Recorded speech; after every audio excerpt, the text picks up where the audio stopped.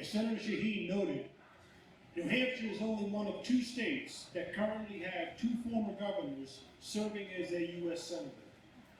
We just heard from one of the former governors, and now we're going to hear from the other.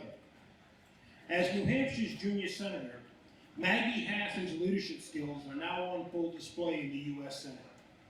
As a member of the Senate Health, Education, Labor, and Pension Committee, Maggie is working to ensure that every citizen has access to quality, affordable health care, to lowering the cost of prescription medication, and to see that every child has access to a high-quality public education. Brothers and sisters, please join me in welcoming Maggie Hasson.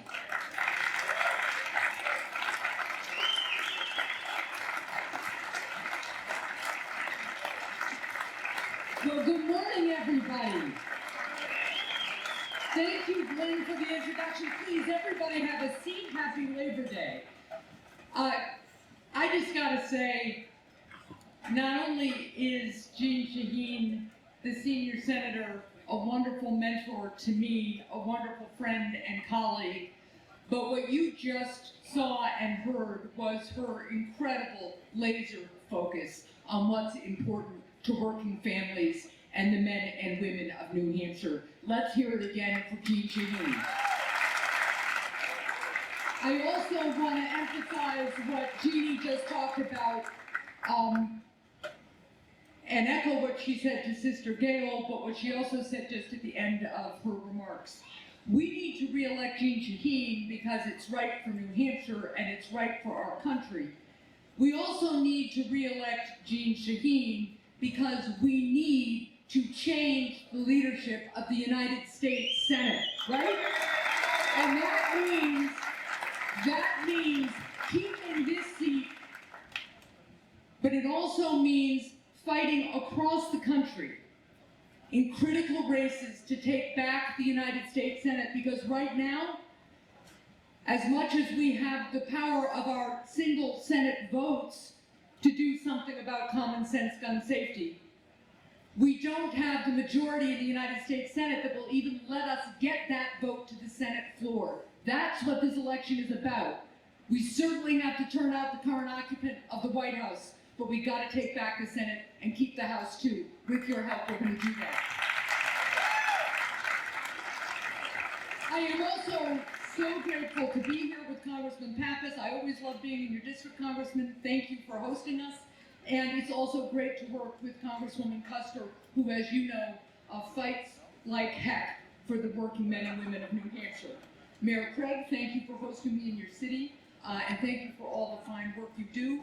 To our Senate President, Senator Susie, to Representative Lay, to all of the great Democratic state senators, representatives, and local elected officials here today, thank you for what you do. And to all of the men and women in organized labor who helped get those folks into office, thank you as well. It makes, as you all know, an incredible difference. I also want to give a shout out to everybody who is here on the part of a presidential campaign. Thank you for what you're doing.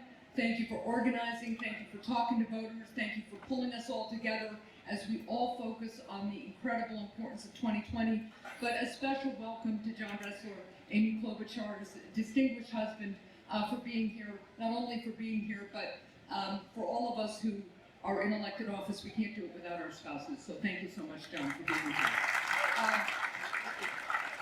And lastly, and most importantly, thank you to the AFL-CIO for hosting this breakfast, not only this year, but each and every year. As we gather this morning, we stand on the shoulders of the many champions for working men and women who came before us. Even before it was recognized as a national holiday, workers gathered for the first Labor Day parade in 1882, protesting unsafe working conditions, long hours, and 7-day weeks, brutal physical labor, and low-paying jobs. Workers attended knowing that they could lose their jobs, and their efforts helped give rise to a movement that eventually led to the establishment of critical protections for our workers and the holiday that we know today. In that spirit, unions have continued to organize, fight for benefits and safer workplaces, and shape America's middle class. Today, we celebrate workers and the progress the labor movement has made. But Labor Day serves another purpose. It brings us together to reaffirm our shared priorities, to recognize the challenges we still face, and to prepare for the work that lies ahead. I know that you all believe, as I do, that every American should have the opportunity to hold a good job and be included in our country's success. That's why we need to expand economic opportunity and ensure that hardworking people can afford the essentials of middle-class life, including housing, healthcare, childcare, and higher education. And we, of course, must also ensure that hard-earned pensions are secure. The House of Representatives recently passed the Butch-Lewis Act, legislation that I've co-sponsored to address the multi-employer pension crisis that threatens workers, retirees, and small businesses. I'm going to keep pushing for the Senate to take up this legislation. And we need to strengthen workers' rights. Earlier this year, I was also proud, as Senator Shaheen was, to join with my Democratic colleagues to introduce the Protecting the Right to Organize, or PRO Act. This is landmark legislation. It would give power back to workers, establishing penalties on corporations that engage in predatory actions to violate workers' rights, and strengthening federal law to protect workers' rights to stand together for workplace improvements, including better pay and safer working conditions. This is the forward-thinking approach to strengthen unions and expand economic opportunity that our country needs. But, as you all know, some in Washington remain laser-focused on attacking workers' rights.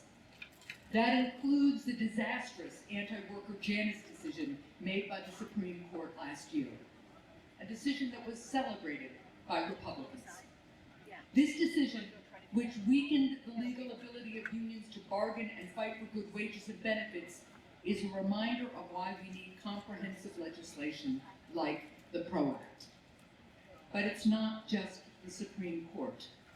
The Trump administration has rolled back regulations to protect workers' health and safety, and it's actively undermined worker pay, particularly through its effort to lower the salary threshold for overtime. We've also heard this morning about their efforts to undermine, constrain, and ultimately greatly weaken the post office. And finally, I am concerned about the president's nominee to lead the Department of Labor, Eugene Scalia. Last name sound familiar? Mr. Scalia has spent much of his career defending corporations that have been hostile to the rights of workers. His nomination will be before the Health, Education, Labor, and Pensions, or HELP Committee, on which I sit. And I certainly have many questions for him about his record.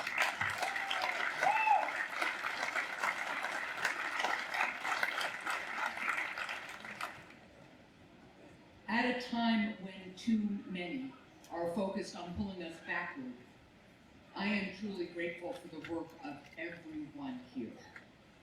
The labor movement is strong today because you believe, as I do, that when we come together, when we invest in each other, we all get so much stronger. That is true as we fight together not only for the labor movement, but for marginalized communities across the country. And as we move forward, recognizing the hate and division that we are seeing too often for what it is, it's incumbent upon all of us to stand up for the dignity of all people.